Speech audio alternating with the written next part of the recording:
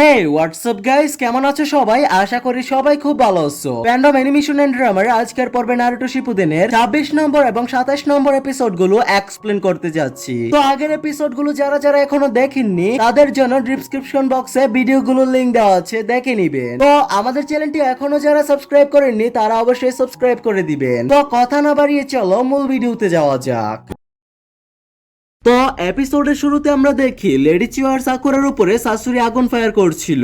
Sakura তখন চিন্তা করে শাশুড়ির সামনে যাওয়া এখন খুবই বিপজ্জনক হয়ে গেছে। লেডি চিও তখনই পেছনের দিকে যায় আর বলে আগুন তো বেড়েই চলেছে। ওইদিকে শাশুড়ি তার সম্পূর্ণ জোর দিয়ে আগুন ফায়ার করছিল। সাকুরা বলতে থাকে আর শুধু 90 সেকেন্ড, তারপর দুজনেই এখান থেকে বেরিয়ে আসে। কিন্তু শাশুড়ি তখনই লেডি চিওর উপরে আক্রমণ করে বসে। লেডি চিও তার সাবস্টিটিউশন জুৎসুর মাধ্যমে অ্যাটাক থেকে বেঁচে যায়। লেডি চিও সাকুরা বলে চলো এটাকে শেষ করা যাক, আর তখন তিনি শাশুড়ির পাপেটের মাথাটা ছুঁড়ে মারে, কিন্তু শাশুড়ি অর্ডার থেকে বেঁচে যায় আর বলে এসব তোমার ট্রিক কোনো কাজেই আসবে না। এই বলে অ্যাটাক করা শুরু করে। সাকুরা তখন মনে মনে বলে এই অ্যান্টিডোটের ইফেক্ট শুধুমাত্র 1 মিনিট থাকবে না। তখনই শাশুড়ি তার ফায়ার দিয়ে অ্যাটাক করে। সাকুরার কাছের পাথরটি ফেটে যাওয়ার আগে সাকুরা ওইখান থেকে সরে যায়। শাশুড়ি ওদের দুজনের উপরে ফায়ার দিয়ে অ্যাটাক করে যায়, কিন্তু লেডি চিও আর সাকুরা ওখান থেকে বেঁচে যায়। শাশুড়ি তখন বলে তোমরা আর কতক্ষণ এদিক ওদিক কত বেরাবে? ওইদিকে সাকুরা বলছিল আর 20 সেকেন্ড বাকি আছে, কিন্তু তখনই শাশুড়ি তার অস্ত্র দিয়ে অ্যাটাক করে, যে কারণে সাকুরা অনেক খারাপ ভাবে আঘাত পায়। সাকুরা তখন বলে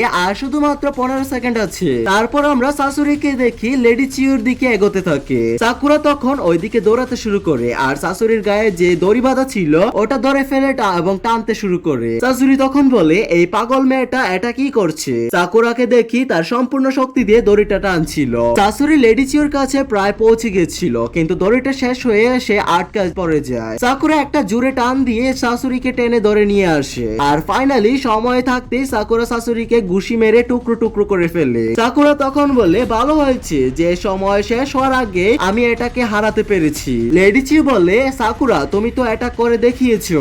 বাহিরের দৃশ্যে দাদারাকে বলতে দেখি এই বাচ্চাটা কিভাবে এত শান্ত হয়ে গেল, নিশ্চয়ই ও কোনো প্ল্যান করতেছে। নিচে নারুটো বলে সেনসে আপনার কাজ হয়েছে। কাকাশি বলে থামো একটু নারুটো, আমার তোমার মতো এত চাকরা নেই। গুহার ভেতরের দৃশ্যে দেখি সাকুরা এখান থেকে যেতে শুরু করছে, কিন্তু তখনই ও একটা আওয়াজ শুনতে পায় আর আমরা জানতে পারি শাশুড়ি নিজের ভাঙ্গা টুকরোগুলোকে নিজেই ভালো করে জোড়া লাগাতে থাকে। লেডি চিও তখন বলে আমি ঠিকই ধরেছিলাম, ও এত সহজে মরার বান্দা না।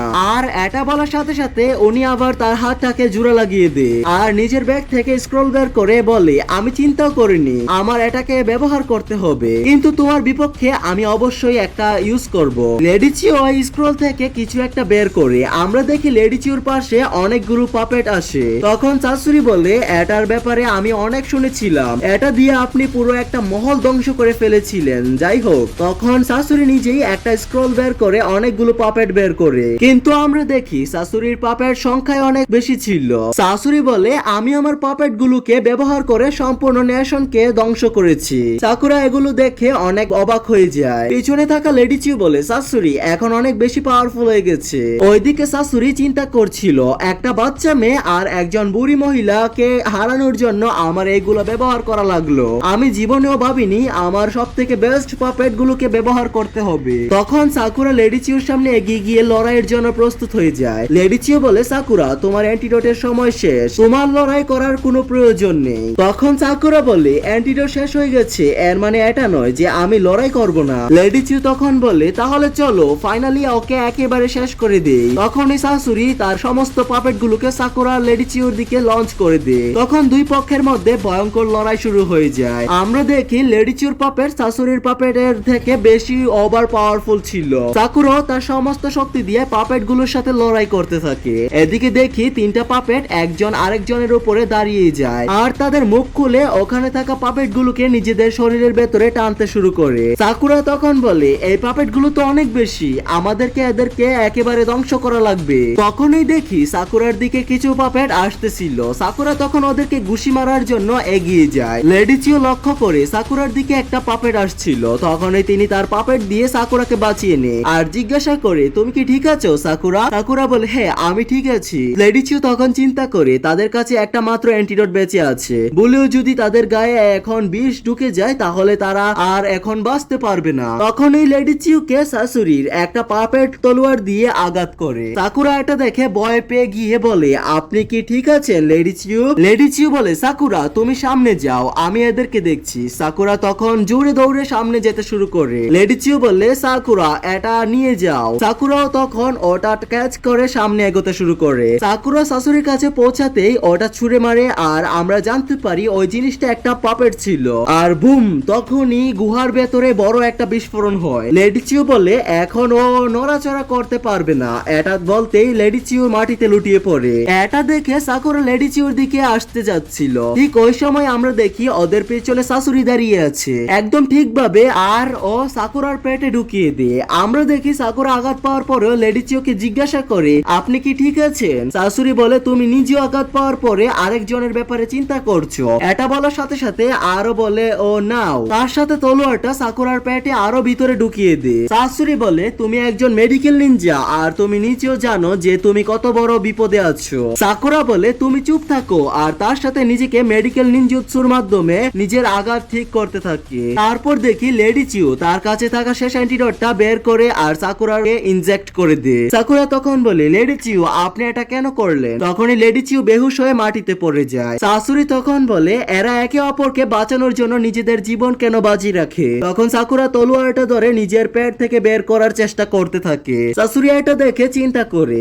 এর গায়ে অনেক শক্তি, এমন চলতে থাকলে আমি বেশিক্ষণ টিকতে পারবো না। তখন শাশুড়ি নিজের হাতকে আলাদা করে পেছনে গিয়ে বলে এখন তো তুমি শেষ। এটা বলে সাকুরার উপরে হামলা করতে যায়। তখনই লেডি চিও তার চাকরা ব্যবহার করে আর দুইটা পাপেটকে তখন শাশুড়ির বুকের ভেতরে তলোয়ার দিয়ে ঢুকিয়ে দেয়। শাশুড়ি তখন ভয় পেয়ে যায়। আমরা দেখি মেন হৃদয়ের মতো জিনিসটাও যেটা ছিল ওইটাতে তলোয়ার লেগে গিয়েছে। লেডি চিও তখন বলে এখন আর তুমি নড়াচড়া করতে পারবে না। যতই তুমি পাপেট হও না কেন তোমার কিছু না কিছু দরকার আছে যেটাতে তুমি তোমার সমস্ত চাকরা সংরক্ষণ করে রাখবে। আমি আগেই বুঝে গিয়েছিলাম তোমার বুকের উপরে একটা জিনিস আসছে, হয়তো চাকরা সংরক্ষণ করেছিলে সেটার মাধ্যমে। সাকুরা তখন দুর্বলতার কারণে মাটিতে পড়ে যায়। লেডি চিও সাকুরার কাছে যায় আর তার পেটে থাকা তলোয়ার বের করার চেষ্টা করে, আর ফাইনালি সাকুরার পেটে থাকা তলোয়ারটা বের করে ফেলে এবং সাকুরাকে মেডিকেল জুৎসুর মাধ্যমে সাকুরার আঘাত ঠিক করতে থাকে। শাশুড়ি বলে এখন অনেক লেট হয়ে গেছে, আমি জানি আপনি একজন মেডিকেল নিনজা, তাই আমি জেনে শুনে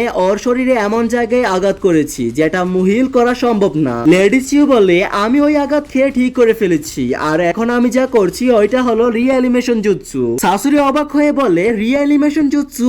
লেডি চিও বলে এই জুৎসুটা আমি শুধুমাত্র তোমার জন্যই বানিয়েছিলাম, এটা বানাতে আমার অনেক বছর লেগে গিয়েছে, আর এই জুৎসু শুধুমাত্র আমিই ব্যবহার করতে জানি। আমরা দেখি সাকুরার গান ফিরে এসেছে।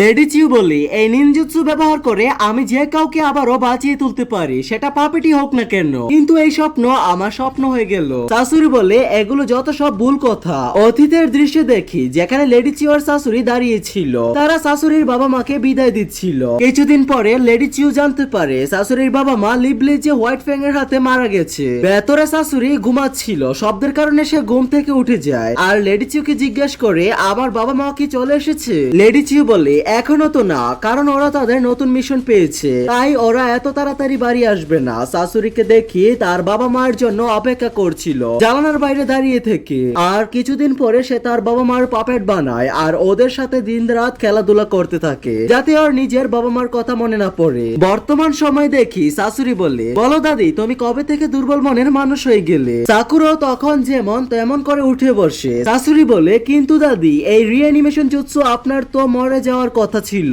আপনি এখনো কিভাবে বেঁচে আছেন? লেডি চিও বলে কারণ সাকুরা বেঁচে ছিল তাই এই জুৎসু করাতে আমি মারা যাইনি। শাশুড়ি বলে তাহলে তো এটা তো খুব খারাপ হলো। সাকুরা এটা শুনে অনেক রেগে যায় আর শাশুড়িকে ঘুষি মারে। শাশুড়ি বলে আমি শুধুমাত্র একটা পাপেট, আমার কোনো কিছুই ফিল হয় না, এটা করে তুমি নিজেকে ব্যথা দিবে, আর এখানে যদি আমার দাদি মারাও যায় তাও আমার কিছু মনেই হবে না, কারণ আমার কোনো ফিলিংসই নেই। সাকুরা শাশুড়িকে বলে তোমার মধ্যে কি পরিবারের জন্য মায়া দয়া নেই? শাশুড়ি বলে তুমি এতটুকু জানো না একজন শিনুবির কেমন ব্যবহার করা উচিত? লেডি চিও বলে ও শুধুমাত্র স্যান্ডউইচ আমার জন্য এমন হয়ে হয়ে গেছে। শাশুড়ি বলে আমি জানি আপনিও ভেতর থেকে আমার মতো হতে চান, আর আমার কথা যদি বুঝে থাকেন তাহলে বলে দেই আমার এই শরীর কখনো নষ্ট হয় না, তার উপরে আমার আবার যত ইচ্ছা তত পাপেটি তৈরি করতে পারি। সাকুরা বলে তুমি তো আবার পাগল হয়ে যাওনি শাশুড়ি? শাশুড়ি বলে তোমাকে একটা পুরস্কার দেই, যেহেতু তুমি আমাকে হারিয়েছো। তুমি অরুচিমারুর ব্যাপারে জানতে চাও, তাহলে শুনো, আজ থেকে ঠিক 10 দিন পরে ঠিক 12টার সময় তেনজিল ব্রিজে চলে যাও। শাশুড়ি বলে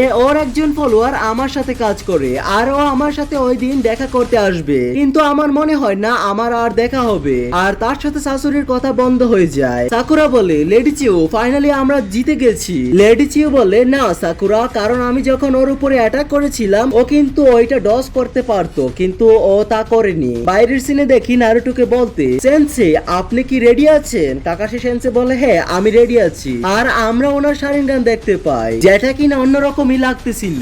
আর এরই সাথে এই এপিসোডটির সমাপ্তি হয়ে যায়। তো পরবর্তী এপিসোডে কি হবে তা জানার জন্য চ্যানেলটিকে সাবস্ক্রাইব করে পাশেই থাকবেন। টেক কেয়ার, আল্লাহ হাফেজ।